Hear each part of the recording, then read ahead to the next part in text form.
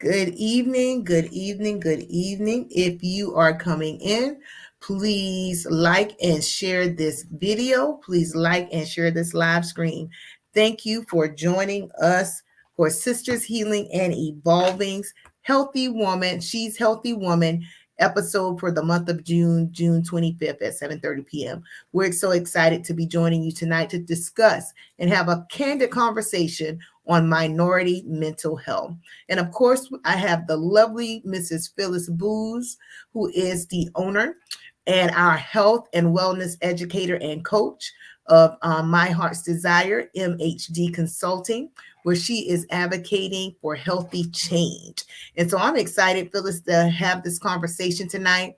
We do have on screen that we'll be sharing a snippet of a speech which Phyllis and I thought would be very interested and very eye-opening for us tonight when we're talking about minority mental health.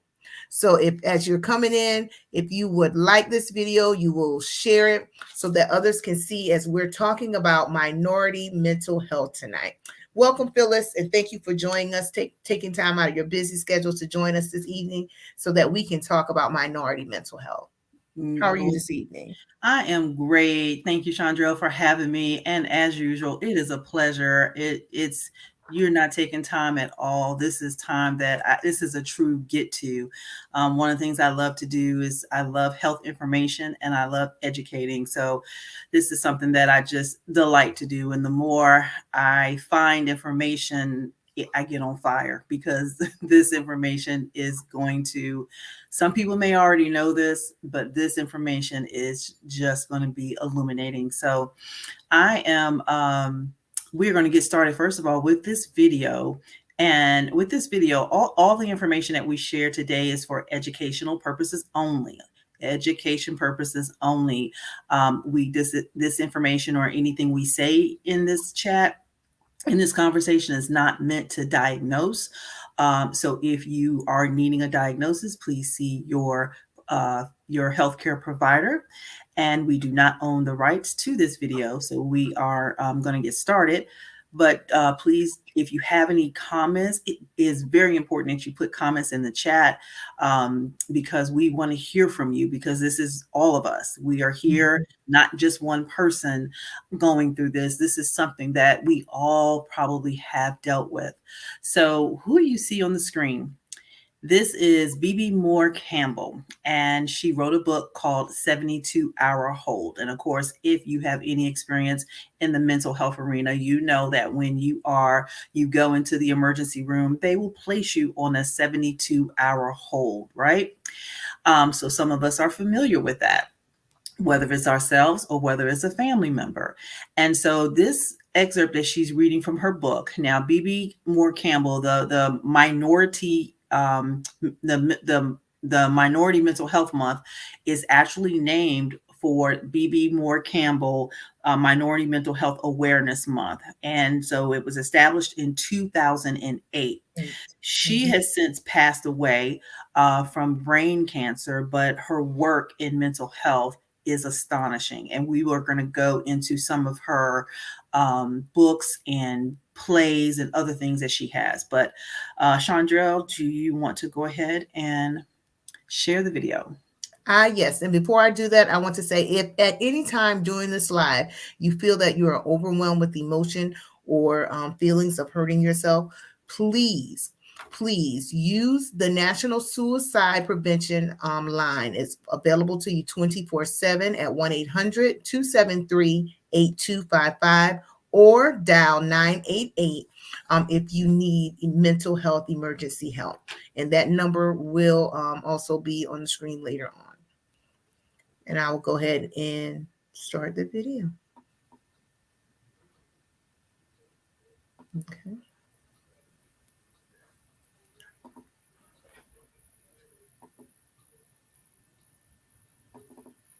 Okay, let's see.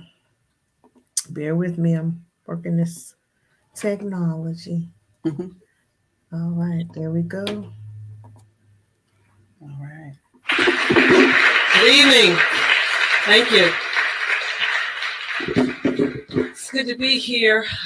I usually talk a little bit and give you some background. I'm going to do just a tiny bit, but I had such a wonderful entree there and you've got such a good synopsis. I thought I would start it with the reading and just pull you into the story, and then we could talk about mental health. I want to thank New Words for bringing me here this evening. It's a pleasure to stand before you. And thank you for introducing me and for setting up the reading. A 72-hour hold is indeed the length of time that a psychiatric facility can hold a mentally ill person against his or her will if that person meets the criteria of a danger to self or a danger to others or gravely disabled. The part of the book I'm going to read is right after the daughter, Trina, has had a 72-hour hold. 3 days. It takes 4 to 6 weeks for proper medication to start to work. You do the math. So this is really a Band-Aid for hemorrhage. And when the mother brings the daughter home, she discovers that all is not well. Looks that way in the beginning, but all is not well. I'm taking my meds again, Trina announced one night, after 2 or 3 days of relative quiet. I just turned off the television in the family room and was about to go to sleep. Trina called to me from her room, which was at the top of the back stairs. Her door was partially opened, and she was lying across her bed. "Did you hear what I said, Mommy?" "Yes, honey." "Come here, Mommy." I went into her room. Trina had picked up all the clothes that she'd dumped on the floor. The top of her bureau was neatly arranged. Comb and brush here, perfume there. She was wearing jeans and an ironed shirt. When I sat down on the edge of her bed, she threw her arms around me and kissed my cheek. "You're a good mommy," she said, resting her head against my chest. I went to bed, warning myself not to feel better. That would be like Sally Hemings sending out wedding invitations. The next morning, when Trina woke up and came to me with a glass of water and swallowed her pill in front of me, I tried to kickbox the hope that surged through me. Get back. But what's a foot against hope? Trina swallowed medicine and my day became full of smiles and sunshine. Maybe it's over, I told Maddie. A few days, of course, wouldn't banish mania. It would take weeks for the meds even to begin to be effective. Still, Trina's intent was important. Maddie's own daughter was peaceful, compliant, and living at home. Gloria's son was back at his board and care, once again attempting to be sober and medicated. My friends' children were finally getting it. Why not Trina? What followed were days when my shoulders steadily crept downward and my breath became steady and even. I worked a full day here and there instead of my recent split shifts. The headache that had taken residence above my left eyebrow began to recede. At night, I slept. One afternoon, I went to Orlando's apartment. There was barely any conversation between us. We made love quickly and efficiently. For so long, I'd forbidden myself to want Orlando, the smell of him, the weight of him, his voice when it was low and throaty. But that day, he was my drug of choice, my self-medication. "You ain't fooling nobody," Francis whispered when I returned to the shop. "Look at you just smiling all over your little self. Must have been good." "Mind your business," I said. Throughout the good times and the bad times, Clyde never called me, although I knew he spoke with Trina, if not regularly, at least often enough for him to be able to gauge her mood fluctuations. I'd heard her talking with him, jumping from one topic to the next, her mouth going 1,000,000 miles an hour. Listening, I thought to myself, do you get it now? I came home one evening, and Boy Man was standing in my kitchen. Up close, he looked like insufficient funds, a bounced check on weed. "Why are you here?" I asked. Before he could answer, Trina came clickety-clacking down the stairs, high heels, red lips, bright cheeks, a dress the size of a Ritz cracker, odor weed clinging to her. "Here we go, take off, whoosh." "Trina," I began, placing myself between her and Boy Man. She waved her hand, which was a warning that said, I can become a fist. I don't want you to go out, Trina. You're not well. Bitch, you're not well. She's not well, I said to Boy Man, who stared back with interest. If you leave here, you can't come back, I said to Trina, my voice shrill. The door slammed and then again against the inside wall as I yanked it open way too hard. The car was in the driveway, the motor running. Trina, you come back here. I could hear her laughing. They were both laughing. I raced around them, got to the car before they did, and stood in front of it, my arms stretched out wide. Jesus on the cross, right? Trina had the nails. Glancing back, I saw jazzy Mrs. Winslow watching from her window. Across the street, another neighbor's shade was raised. 2 car doors slammed. I didn't move. Boy Man backed up, went around me. Girl, your mama crazy, he said as he took off. Getting there. My body was shaking as I walked back to my house. Something beneath the quivers broke through the band that held my mind in place when I saw Mrs. Winslow still peeking. What the hell are you looking at? She's not some freak. She slammed her door. I slammed my door. Trina returned the next day, disheveled, glassy-eyed, stoned, and manic. I was sipping coffee in the kitchen when she came in. The hot liquid sat on my tongue unswallowed as I watched her. I'm taking my meds, she screamed, pulling out a bottle of the mood stabilizers from her purse. She poured herself a glass of water, then shook 2 pills into her hand and gulped them down. See?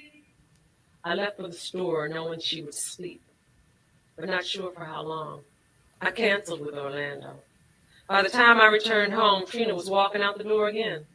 Another night, another rendezvous. The next day at work, I called a list of board and care facilities and visited a few during my lunch hour. They were all horrible, straight out of One Who Flew Over the Cuckoo's Nest, inhabited by unkempt women with missing front teeth, men who sat still as warthogs, looking for prey. She can't live here. Not my baby. I called Maddie that night. Come to the meeting next week, she said. You're under pressure. No, I was underwater. Melody's mother, with her grandchildren yelling in the background, listened to me. Do you think that maybe Melody could talk to her, try to get her back on track? Well, Celestine began, then excused herself as something crashed behind her. She was gone for a while. When she got back on the phone, she sounded like someone who'd just pulled a double factory shift. The thing of it is, Melody's doing good, yeah, and I don't want her around nobody who ain't. You talk about Melody influenced your daughter. Suppose your child influenced mine. And me with these grandbabies, too. You have a point. Didn't mean to. All that wildness, I'm not going down that road no more. Melody know that, too. If you don't take your meds, better find you another home, yeah. Maybe that's what you need to tell your girl. Right. You living a good life up there in the hills. You probably got the money and insurance to go along with every little crazy thing your child do. Me? I ain't got it like that. I can't be bailing nobody out time after time after time. No. I told Melody, you don't stay on your program, you on your own. And all Mama wants to know is, do you want to be cremated or buried? I'm serious. When somebody black gets acting a fool out in these here streets, the cops gonna shoot them and go on about their business. Just like they killed that man over on Crenshaw. What man? Some man on Crenshaw yesterday near where those guys be selling stuff. He was trying to fight people acting all crazy. Somebody called the cops and they shot him, yeah. They said the man used to walk up and down Crenshaw Boulevard all day long. I could taste fear in my mouth as I drove toward home. Maybe I began to grieve in my car, shedding tears for Crazy Man, crying hard as if I knew him. Or maybe I was crying because I didn't want to know him. Several scattered bouquets marked the spot where Crazy Man had been killed. There was dried blood on ground so close to where I lived, it might as well have been right at my front door. He was going off, Mr. Bean Pie said. Started screaming and hollering, talking about the CIA was after him, that we was all working for the CIA. Then he started tearing down the street, pulling off his clothes, CD Man said. By the time the cops came, he was near butt naked. This last contribution from one of the incense people who added, but they ain't have no right to shoot the man, even if he was crazy. I got me a cousin act just like him. Don't we all? The telephone began ringing as soon as I got in the house. I thought it would be Orlando. He'd been staying over the last few nights, but the call was collect. Mommy, Trina said. her voice amped up with excitement, with manic pleasure. I'm in jail, and I need for you to come get me right now. What happened, Trina? What jail? Where's your father? I didn't do anything. Get me out of here right now. Where's your father? Why are you in jail? What did you do? They said I stole something from Saks. You get me out of here, she bellowed. Shoplifting. I could barely breathe.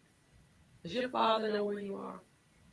No, he went out and I really wasn't here. He left me with the housekeeper. I tried to ignore my rage and concentrate on my leverage. I will not bail you out unless you agree to go to the hospital. I don't need to go to any damn hospital. Then stay in jail, I said, dial tone. Will you accept the charges? Part 2. You're going to the hospital, Trina. If you leave, I'll revoke the bail and you'll be arrested again and you'll stay in jail. Do you understand me? Yes, Mommy. The jail was on Martin Luther King Boulevard. The bail bondsman didn't arrive for more than an hour, even though his office was right down the street. As soon as he came in, shaking the building with his slow, heavy steps, he disappeared downstairs to take care of the bail and didn't come back up for another hour. Sitting in the waiting area, I tried to make my mind go blank, to pretend that waiting for my kid at the police station was as normal as tap water. He returned with bad news. He did not accept personal checks, and he didn't accept credit cards. My bank is closed. I can't get more than $300 out of the ATM machine. I don't want her sitting in jail overnight. Sometimes that's the best thing for him. When he looked at me, there wasn't a trace of kindness in his face. Is there somebody you could call as a father in the picture? Yes. No. Jesus. Just hearing the word father, I could feel anger exploding in every part of me. Orlando wasn't at home. His cell phone went right to message center. I didn't leave a message. Neither Maddie nor Gloria answered. Frances had just bought a house, and I knew she didn't have any money to spare. Bethany answered on the third ring. I'll be right there, she said, after I explained what had happened. She handed me an envelope as soon as she walked in the door. What's she in for? Shoplifting. Poor baby. She was quiet for a moment. We found Angelica, she said. Where was she? On the street. Where's she now? At my house. I've got friends staying with me on rotating shifts. So what's your plan? Bethany asked. I sighed. I'm going to take her to the hospital. She said she'd go. I'll go with you. The bail bondsman disappeared downstairs again, and when he came back up, he told me that Trina would be released after she signed the paperwork. Another hour passed before Trina emerged. From across the room, all I could see were her lips, bright orange and shiny. The closer she got, the more colors I saw. Blue eyelids, rust-colored cheeks, black eyebrows. Trina was giggling at some private joke. We're going to the hospital, I said, taking her arm. This is my friend Bethany. She loaned me your bail money. Bethany took her other arm. She didn't resist. Trina got into the front passenger seat of the car and buckled up her seatbelt. In between the giggling, she sang. Bethany sat right behind her. I watched the traffic and Trina, but I couldn't do both at once. At the second red light, I heard a sound. Click, click, the seatbelt. Bam, the door. Trina running, getting smaller and smaller. The back door opened and Bethany sprinted after her. As I watched, my car stood in traffic, not moving, cars around me blaring their horns. Finally, I parked and waited for Bethany to come back, hoping that she wouldn't be alone.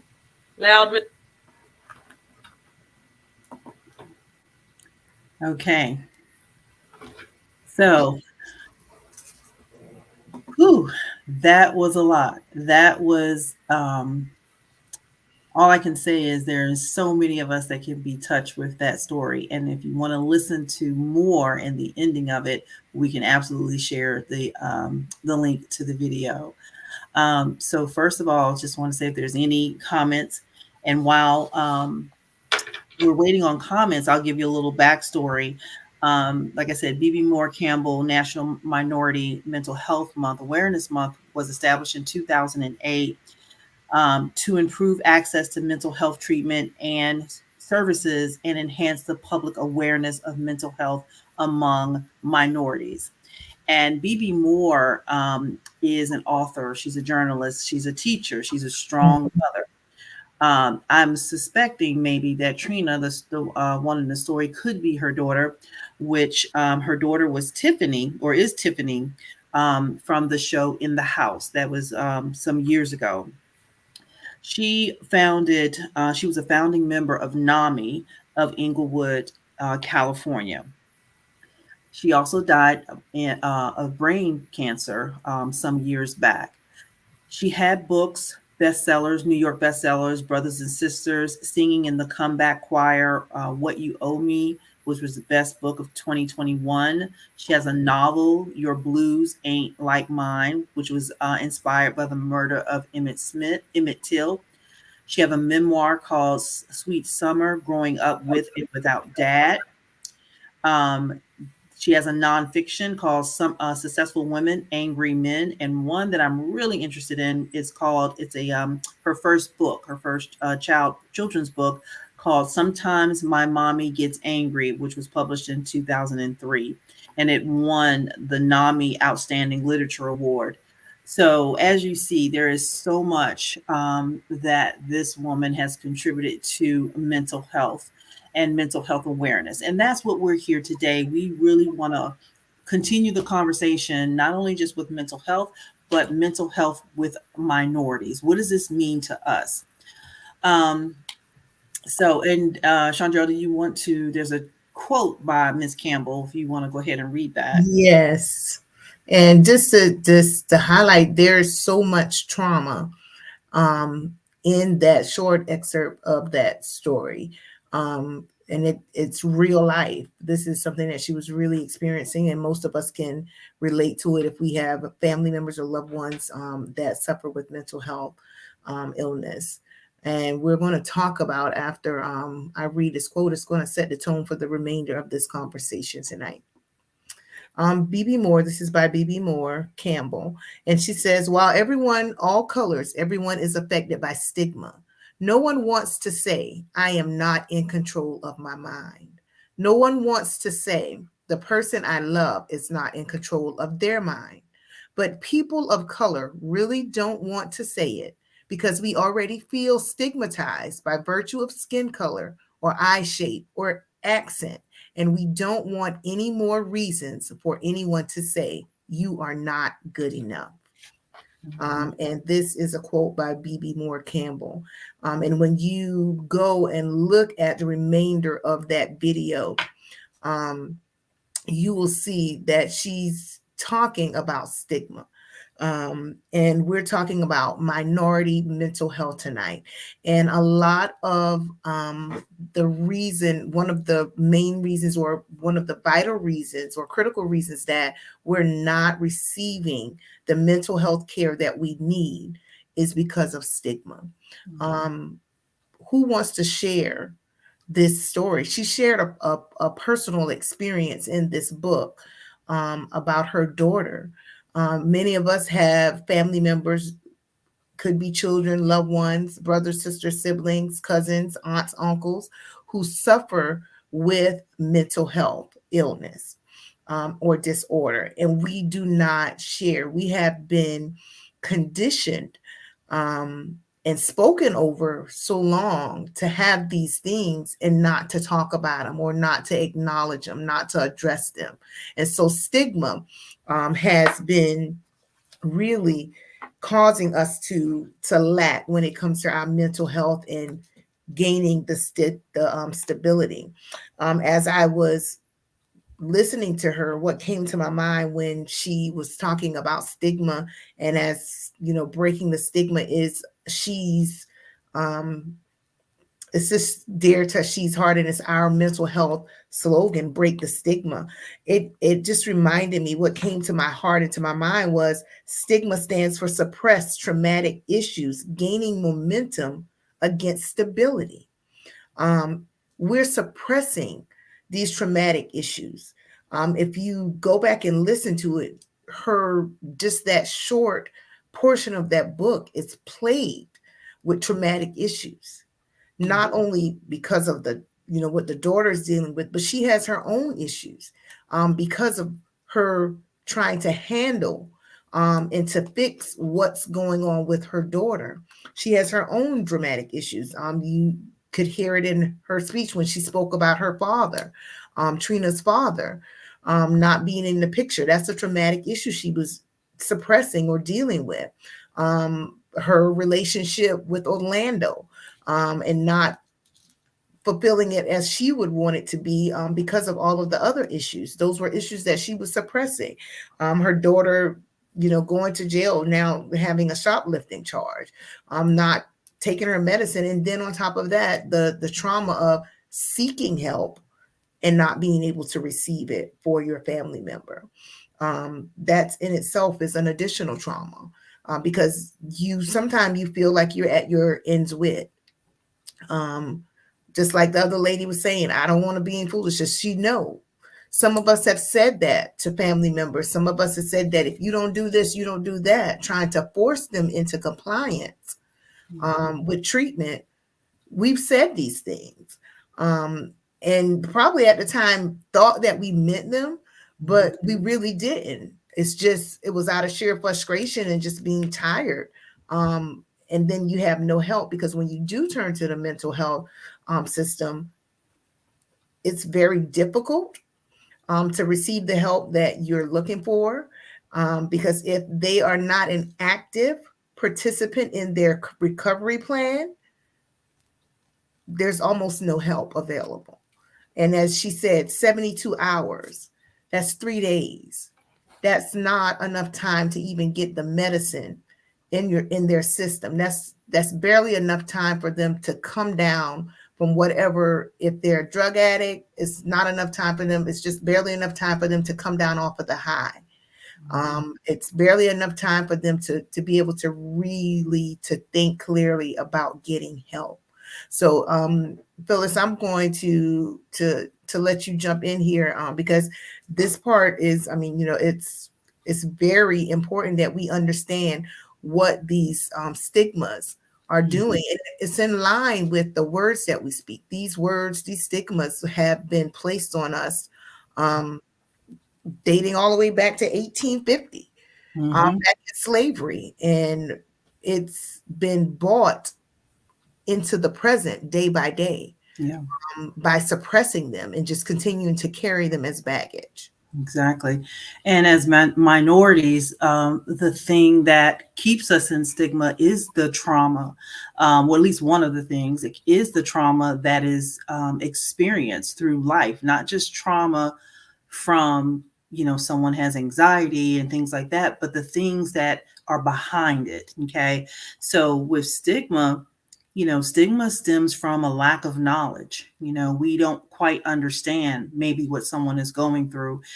We have our own ideas, like the woman in the book says, hey, this is what you should do. And there's so many ways that we can communicate what we think, our judgment about someone that's going through a mental crisis, mental health crises.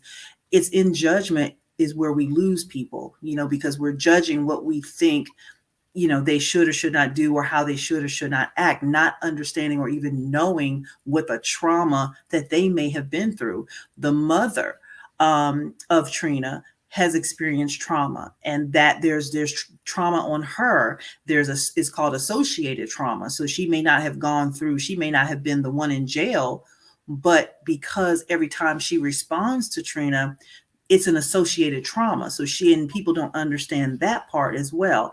So now you have a whole family that's impacted by this trauma. Mm-hmm. We don't speak up. We've been taught that you need to be silent. When families are going through this, you need to be silent. We even taught, even sometimes in our faith communities, in our churches, that we don't talk about the trauma. We don't talk about these things. We're going to just pray it away. We're just pray about it. And here's the scripture that goes with it, and you'll be fine. That's silencing. That's a stigma. That's a part of the stigma. The stigma is being silent. Mm-hmm. These things, you have people going inside churches that are hurt. And one thing that they need is for someone to hear them and to listen. We got to remain open, open to how to get help, not just for ourselves, but how to get help for our loved ones. We've got to be open that, what, this is not the reality that I imagine, like she said in the book, I'm sitting here waiting for Trina in the police station as if this was normal. Okay. So we have got to be open to the reality of what we're dealing with. And then we got to believe what people say, believe them at face value. And so when you're thinking about the trauma and you're thinking about stigma and you think about the minority, okay, those three elements, back in 1851, Samuel Cartwright had a diagnosis for slaves that if a particular slave did not want to be held captive, okay, in the conditions, the slave owners thought the conditions were just fine. But if the slave was resistant to being captive, shackled, beaten, demoralized, Okay.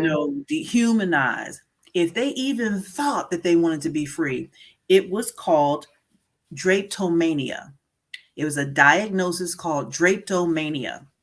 And this is a mental illness that was placed on slaves if they wanted to be free. If they wanted to, oh boy, my God, if they wanted to be if they wanted to be free from captivity. Now, they didn't ask to be captive. They didn't walk up and say, "Hey, enslave us. We'll be your indentured slaves for the rest of our lives."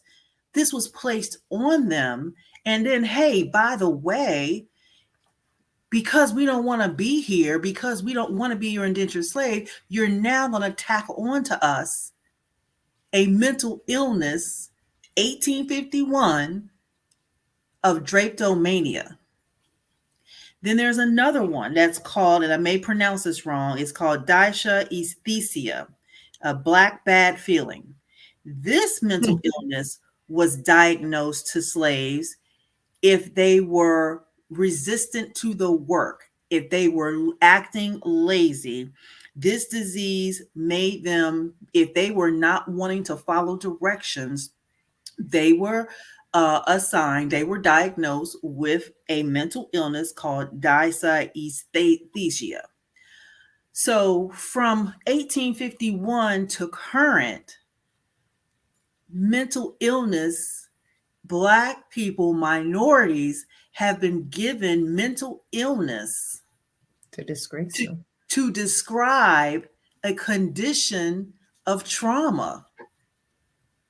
Okay? If you were beaten, shackled, if you were kept from the very things for your life, for your livelihood, for your family's livelihood, and if you wanted to escape that, then we're going to give you this mental illness diagnosis. So you have, think of the many, many different diagnoses that are out there now. Mental illness in minority stems from very, very early. And we have got to stop being silent about it. We've got to stop even having um, family fighting with it. It's not just that, oh, Uncle such and such, he always crazy. Okay. This is generational. Generation after generation after generation is picking up the stigma, is picking up the description of who someone else says we are. Mm-hmm. But God says, no, that's not who we are. That's not who we are. He fearfully and wonderfully made us. Mm-hmm. He fearfully and wonderfully made us. And so we hide behind not talking about it, not sharing. And her story is so encouraging, and because I could feel her heart. Now, whether or not Trina is her actual real daughter or not, I don't know. I didn't read that far to know. I only know that in this book, the mother of Trina, I felt her pain because I felt the trauma that goes with mental illness from Trina's standpoint as well as from the mother standpoint. I, I wanted to comment on, the stigma when you were talking about the stigma placed on the slaves, for wanting to be free. Now you think about it. If you just think in your mind, think back, you're already in captivity.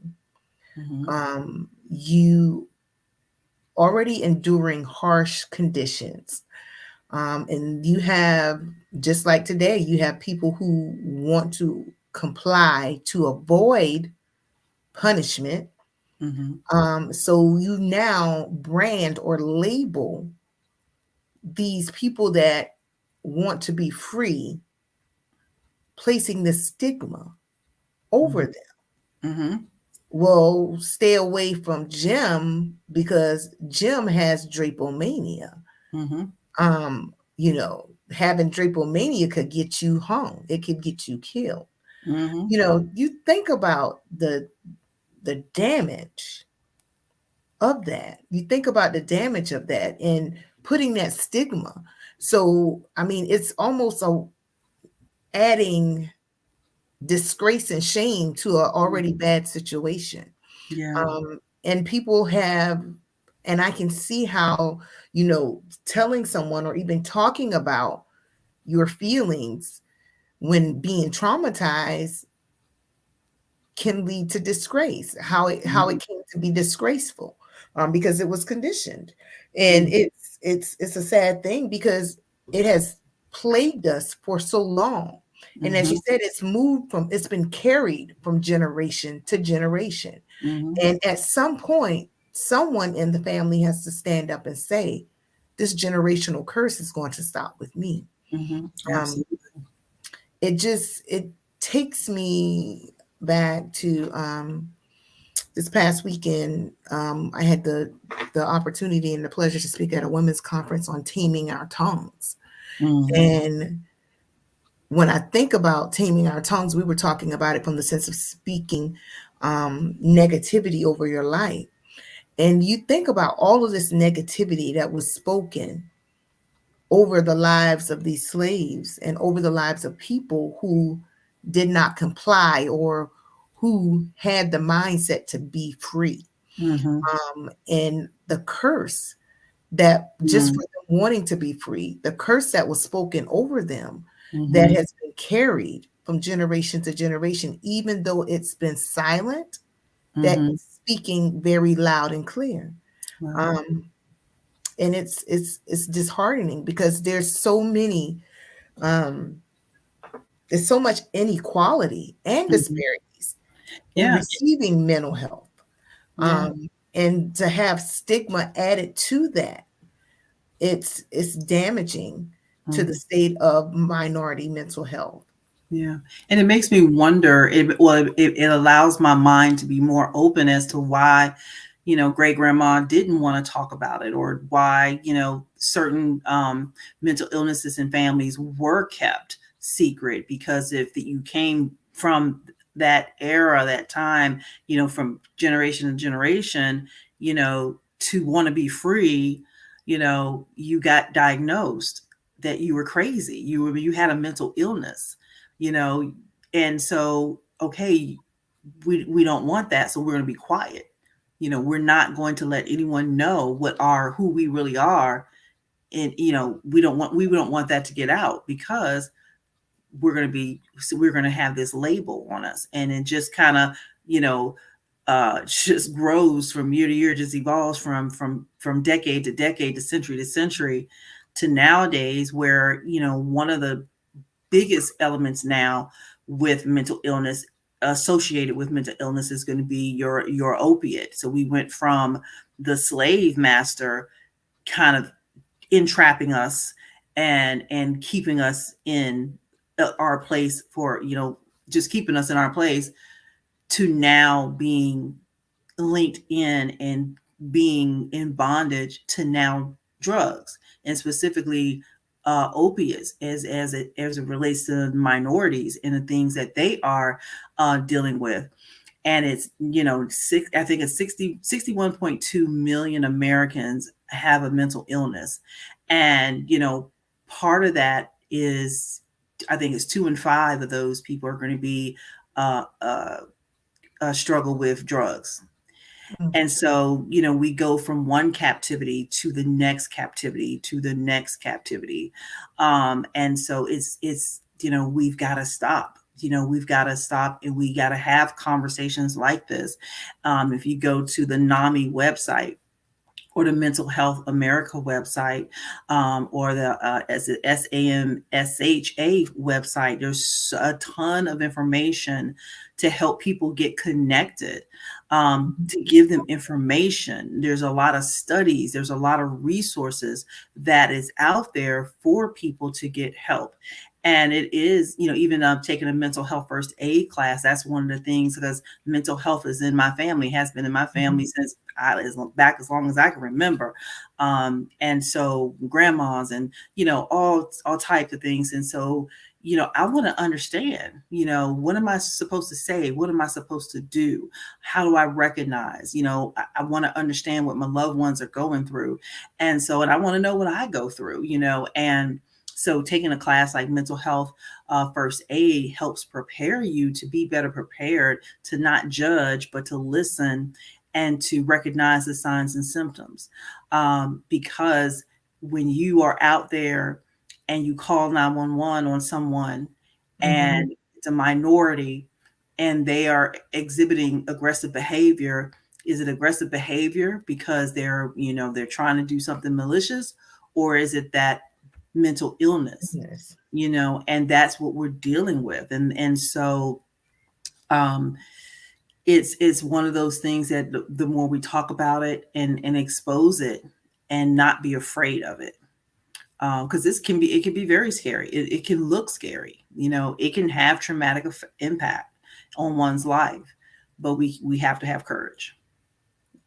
And that's what it starts with courage, the courage to have the conversation, Mhm, courage to have the conversation, start the conversation, break the stigma.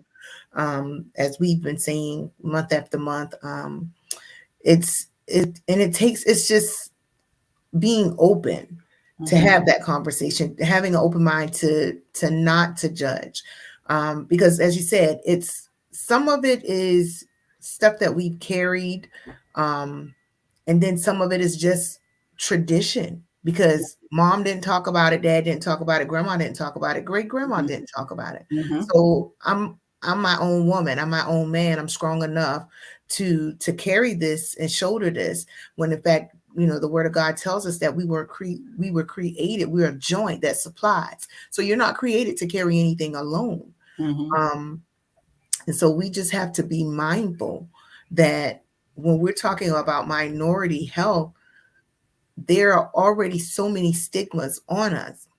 But if we don't stand up and say we're dropping these stigmas, we're releasing these bags that are weighing us down, that are holding us back from natural wealth, from natural health, from mhm, abundance and joy, abundance of peace, from having relationships, um, viable, productive relationships, loving and kind relationships, where we can actually talk to one another and understand one another.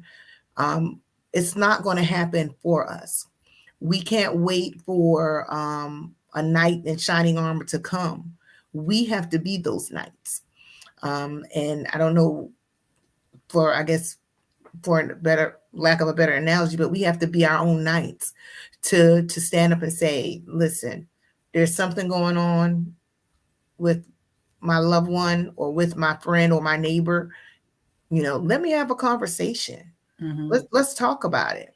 And Yeah. if they're not open to talking to you, bring it up and say, hey, have you thought about talking to a therapist? Have you thought Mhm, about talking to a doctor, a coach?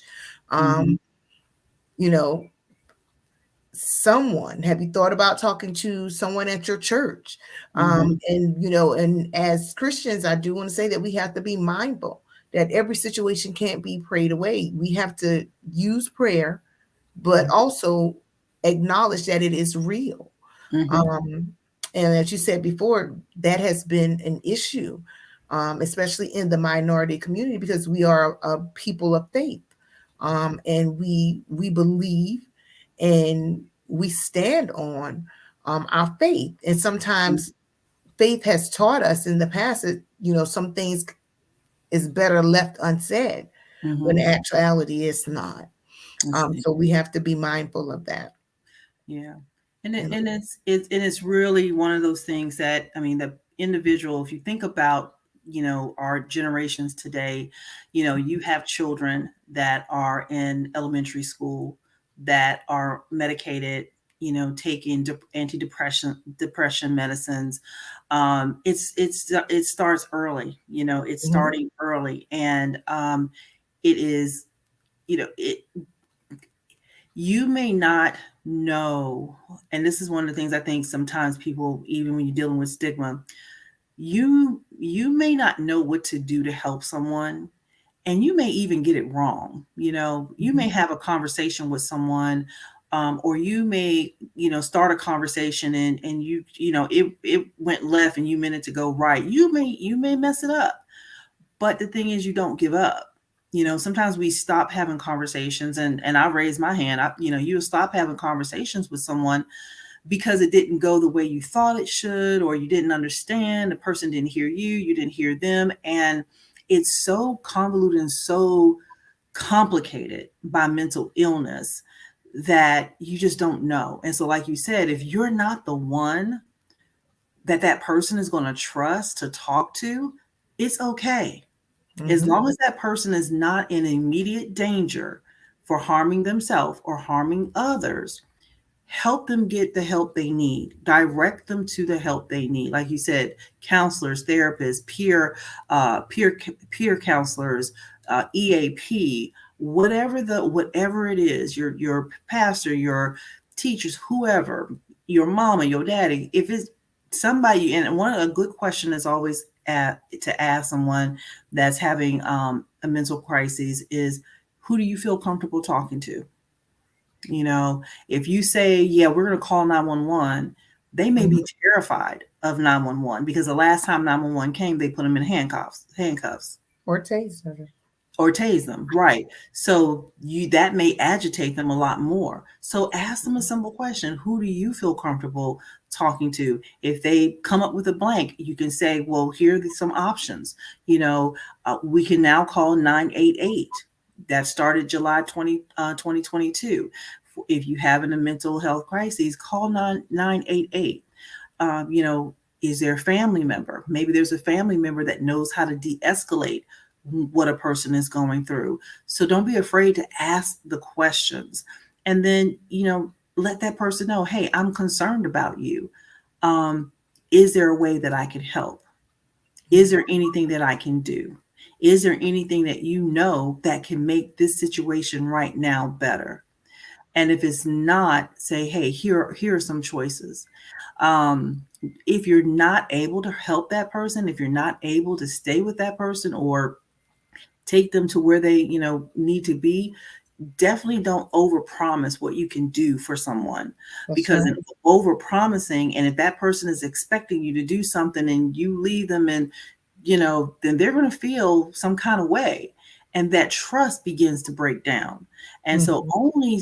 only commit to what you know that you are really capable of helping Mhm. that person with. Okay, sometimes somebody's having a mental crisis, and it's you're on your way somewhere else. Again, emergency is one thing, but if it's not an emergency, then try to get them to where they need can get the help that they need. It's one of those things, like, and especially us in the body of Christ, we have to be led by the Spirit. We have to have discerning spirits. We have to, and not we're not going to get it perfect. And I know I haven't. We're not going to get it perfect. But if we have the heart to help, and we ask the Lord to help us to help this person to get the natural help that they need, I guarantee you that you'll be going in the right direction, you know? And it's okay to let someone know. Like, sometimes I may say, hey, yeah, I have had these feelings of anxiety as well. Is there a way that you can connect with that person? Because sometimes that person can feel alone and isolated, and they begin to shut down. And just knowing that they're not alone is huge. Mhm. And Okay. it is, and it's presence, just someone's Mhm. presence.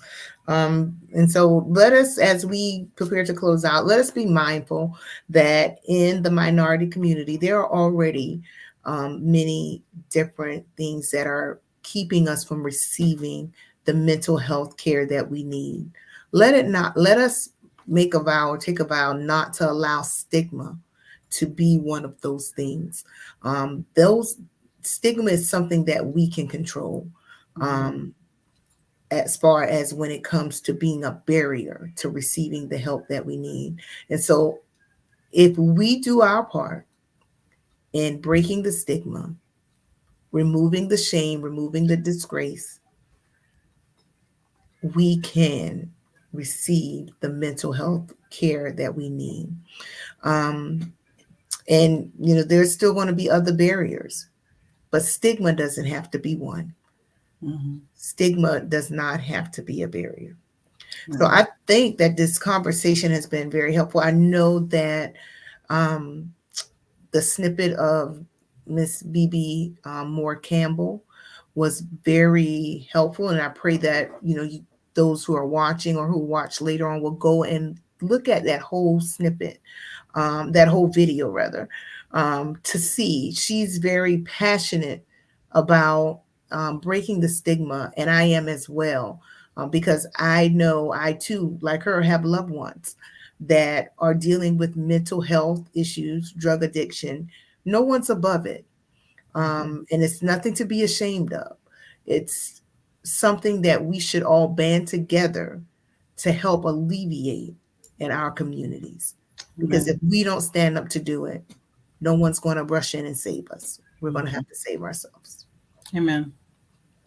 So, Phyllis, would you like to have? Do you have any closing remarks? Yeah, no, I think what you just said closed it out perfectly. Just thank you, and thank you everyone who's watching. And just remember to get the help that's needed. Get the help that is needed. Thank you all for joining us tonight for Sisters Healing and Evolving's She Healthy Woman. If you feel like this broadcast or any of the activities that Sisters Healing and Evolving has done or do is beneficial to you or someone that you know, you can support us by either volunteering or donating your time, donating money. You can send monetary donations through Cash App at Sisters Heal INC. You can also contact us to be a volunteer, join the conversation. We will be soon starting meetings to support our community with peer coaching and peer counseling, different activities to help break the stigma so that we are using our mental health to build wealth. Because as we said, our health, not only our health, but our mental health as well is our wealth. And Amen. everyone, I thank you so much. And you have a wonderful and wonderful evening. Thank you, Phyllis, for joining us. Thank you. Good night, everyone.